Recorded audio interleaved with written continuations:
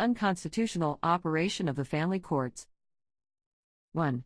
The family courts are run unconstitutionally and illegally without proper due process and without respecting the civil and constitutional rights of citizens every day. Under the Constitution and U.S. Supreme Court case law, family court judges have no legal authority to assign custody of a child or terminate any parental rights without clear and convincing evidence, a high standard, that a parent is harmful to a child. A showing that a parent is unfit is required to terminate any parental rights. In other words, the emperor is wearing no clothes, and no one is calling them on it. Even if unfitness is proven in the case of fundamental constitutional rights, judges are required to take the minimum possible steps to protect the child without infringing on these rights. Clearly, this is not done with instant and boilerplate visitation that essentially kidnap children from their fathers for profit. 2. The liberty interest of parents in the care, custody, and control of their children is perhaps the oldest of the fundamental liberty interests recognized by the U.S. Supreme Court, Troxel v.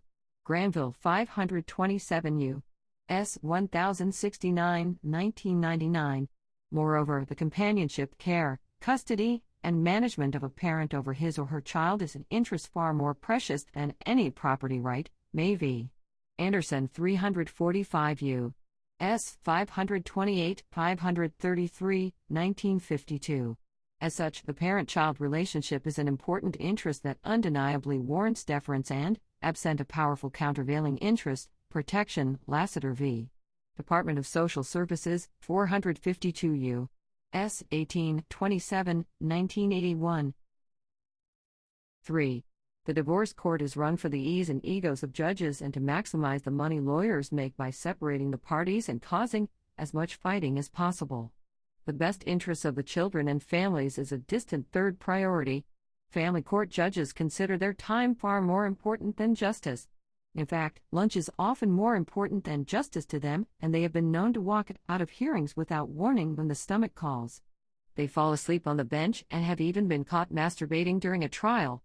Do you know of any other industry where 20, 30, or even 50 people at $250 per hour stand around waiting for their turn while smiling and doing nothing for their clients? This happens every morning in family courts. This would be considered fraud in most industries, especially since many are billing 2 and 3 clients for the same time while waiting. This is fraud, plain and simple. 4. Family court judges do not care what the law says and will do whatever they want because they have legislated themselves near total immunity. You only have the rights you know and demand and show you are willing to fight for by calling that judge to task, with hard evidence, case law citations, judicial complaints, a near waste of time since the foxes are watching the henhouse, and suits in federal court. 5. The U.S. Constitution, U.S. Supreme Court, and state constitutions trump any lower laws. This is the law of supremacy. Ignoring these higher laws is technically treason against the U.S. government by a judge and a violation of their oath of office.